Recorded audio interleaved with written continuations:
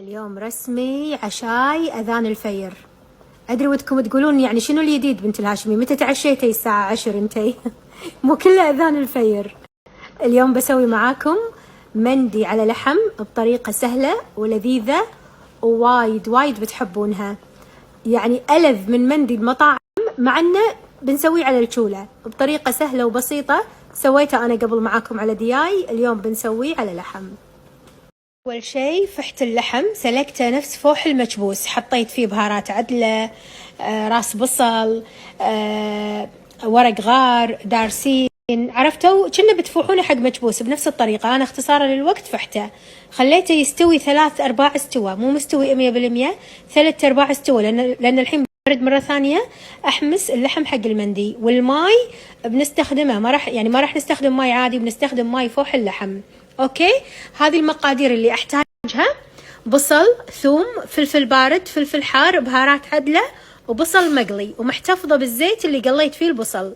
قبل لا نبلش بالمندي، اول شيء بشوي فلفل حار وبصل، نشويه على النار. اوكي، احنا ما نقدر نسويه على الفحم، يعني احنا مو مسوين المندي على الطريقة الأصلية، هذا يعتبر مندي كذاب، عرفتوا؟ طعمه لذيذ بس مو مندي. المهم بشوي فلفل حار على النار وبصلتين، احطهم بس على النار على الشولة لين ينشوون، بعدين اقول لكم شلون راح نستخدمهم. اول شيء بحط الزيت اللي قليت فيه البصل. اوكي، استخدمه الزيت اللي قليت فيه البصل بستخدمه على مرحلتين، اول شيء حق اللحم وبعدين بنسوي فيه خلطة لذيذة، تعالي اصورها لكم. واحط راس ثوم مبشور، راس كامل، احمس الثوم بالزيت بس تطلع ريحته اضيف له البصل. شوفوا من تطلع ريحة الثوم قبل لا يتغير لونه اضيف البصل. اوكي، تقريبا عندي هني راسين بصل، واضيف علب فلفل حار، حبة فلفل بارد،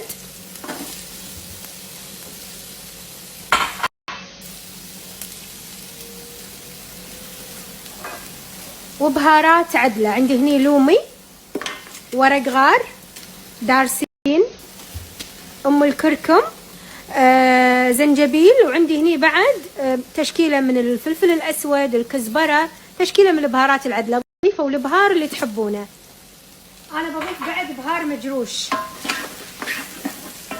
نحمس لين تطلع ريحة البصل والفلفل والبهارات. أحط الحين قفشة من البهار المجروش أو أي بهار لحم أنتوا تفضلونه، ونحمس. اللحم جاهز مفيوح مستوي 3/4 استوى، أشيله من ماي الفوح وأنزله على طول على الحمسة اللي سويتها.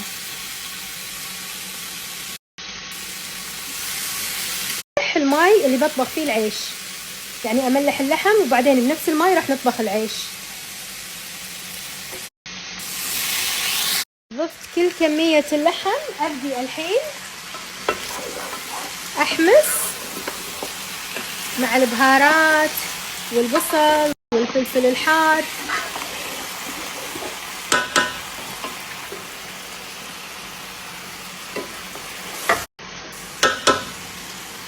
على طول من نحمس اللحم نضيف له الملح لأنه تقريبا هو خلاص مستوي، ونضيف له ماي الفوح، الماي اللي فحنا فيه اللحم. طبعا عادي نضيفه ببهاراته وشغله كله لأن احنا بنشخل الماي قبل لا نطبخ العيش. كنا الماي مو كافي، نزيده بعد ماي عادي. زيد كمية الماي واغطي الجدر واخلي اللحم يطبخ مع الملح تقريبا بربع ساعة 20 دقيقة، وبعدين نشيل اللحم واقول لكم شنو الخلطة اللي نحطها عليه وندخله الفرن، ونطبخ العيش بماي اللحم. هو شوفوا يعني الوصفة هذه تحتاج تحضير وتحتاج أكثر من شيء، بس ترى لذيذة لذيذة لذيذة. بنات على النار قاعدين نشوي البصل والفلفل. اوكي، يعطينا طعم عجيب حق المندي. بزيده شوية، وتقدرون تحطون مكعبين من مرقة الخضار او تستخدم. اوكي كذي يصير شكله، يعني ماجي طبيعي. ناخذ منه قفشتين، لا تخلونه يغلي يحترق يتغير طعمه، مجرد ان الزيت يصير حار بس ونطفي الشولة. او تقدرون تحطون مكعبات مرقة خضار. نحط شوية من صبغ الزعفران، اوكي، يعطينا لون حلو حق اللحم وحق العيش.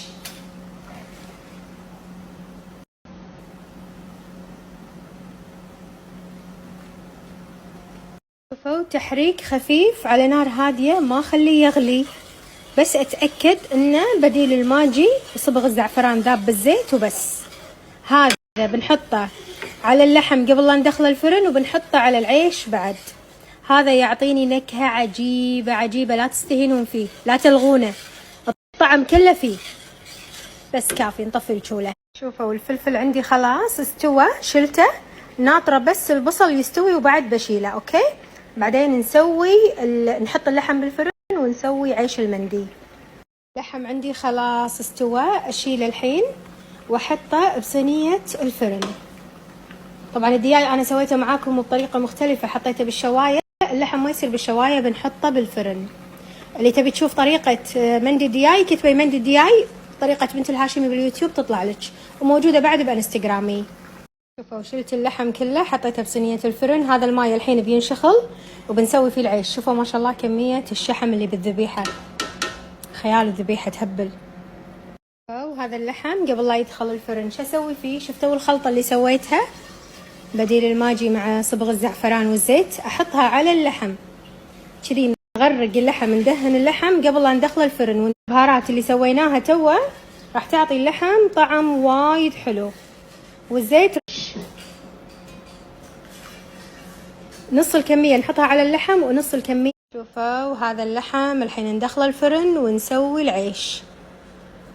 نسوي الحين العيش. دائما بنات حق اطباق المندي البخاري، الاطباق هذه ما نستخدم عيش عادي، نستخدم ارز مزة او ارز سيلة، اي ماركة تحبونها، موجود بالجمعيات، وايد احلى مع المندي من الرز البسمتي. اوكي، طبعا العيش مغسول ومنقوع، غسلته ونقعته تقريبا ساعة.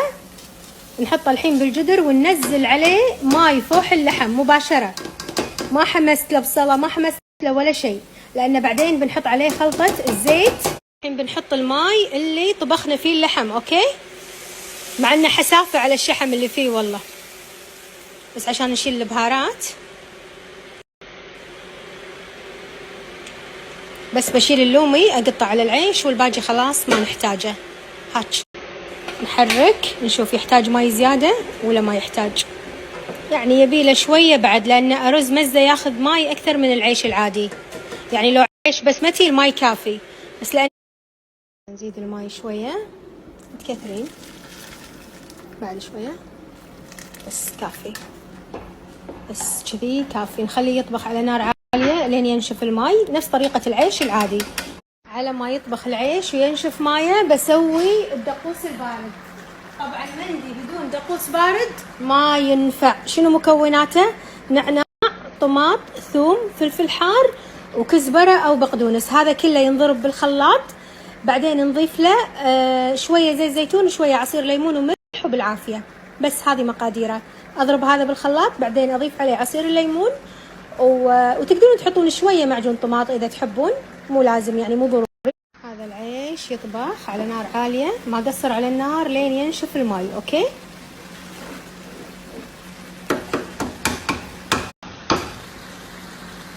عيش نشف مايه. الحين بنات هذا الزيت اللي مع البهارات اللي سويته احطه بالعيش. شلون احطه بالعيش؟ اسوي كذي باستخدام قفشة، خشب، عود، كيفكم. اسوي فتحات بالعيش واحط فيها الزيت اللي مع بهارات، راح يعطيني نكهة عجيبة حق المندي. اوكي، نفس الشيء فتحة ثانية لا تستهينون بهالخطوة، ترى تعطيكم طعم عجيب. نفس الشيء نسوي فتحة ثالثة وندخل فيها البهارات والزيت. الزيت هذا راح يعطيني لون حلو وطعم خطير. حطينا الزيت مع البهارات، شوفوا كم فتحة سويت. الحين احط البصل اللي شويته، هذا راح يعطيني طعم تدخينه حق العيش تهبل. اوكي ما قشرته، اقشره تالي ان شاء الله قبل التقديم. والفلفل المشوي ايضا نحطه. وعندي هني البصل اللي قليته نحطه كذي من فوق على الوي، لانه بعدين بنزين فيه، بنشيله ونزين فيه. هذا بعد راح يعطيني طعم عجيب حق العيش. بس الحين اسكر على الجدر واخليه على نار هاديه لمده 20 دقيقه، نص ساعه، على ما يستوي العيش ونقدمه. خلصنا. قبل لا نقدمه راح ادخن العيش، بحط فحمه، بحط عليها زيت وادخن العيش وبس. سلامتكم. هذه مكونات الدقوس البارد، ضربناها بالخلاط بس خليناها شويه كذي يعني فرم خشن، مو وايد ناعم. عصرنا عليها ليمونتين. الحين بحط نتفه ملح، صبعي اصابه مطبخيه، بكسر الفحمه كان اكسر صبعي، بطق على الفحمه كان اطق صبعي. ما اصير بنت الهاشمي اذا ما اطلع من المطبخ باصابه مطبخيه. ناخذ عدل. عاد والله طقيتها طقه مؤلمه. نزيد. الحين نشيك على العيش. بسم الله. يا سلام، شكله استوى. شويه نذوق نشوف شلونه استوى ولا لا.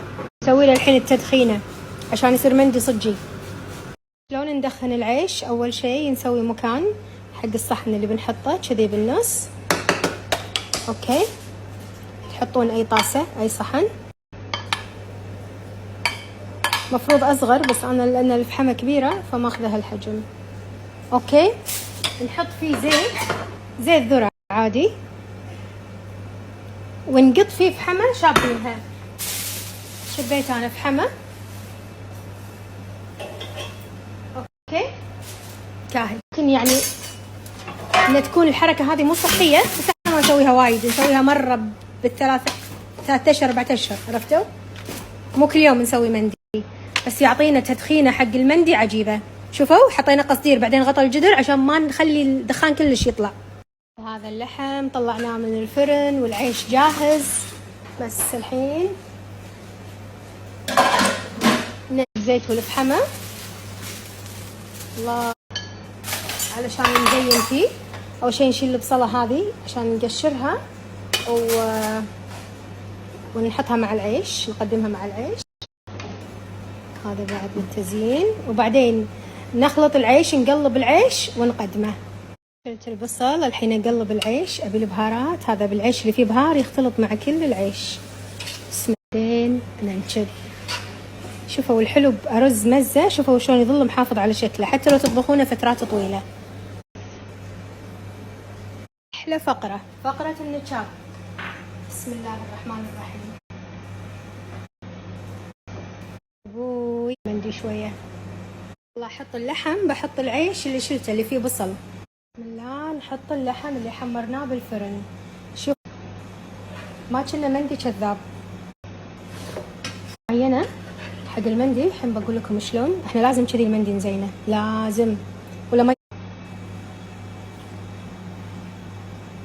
شلون تزينون المندي؟ لازم نزينه بجزر مبشور وبقدونس. نحط كذي على اطراف الماعون بهالشكل، دار مدار الصينيه، جزر وبقدونس. اخر لمسه شرايح الليمون. وعلينا وعلى عيونكم بألف عافية. الحين عاد ناخذ طاولة الطعام ونصور فقرة التذوق. فقرة التذوق لا تطوفينها، نبي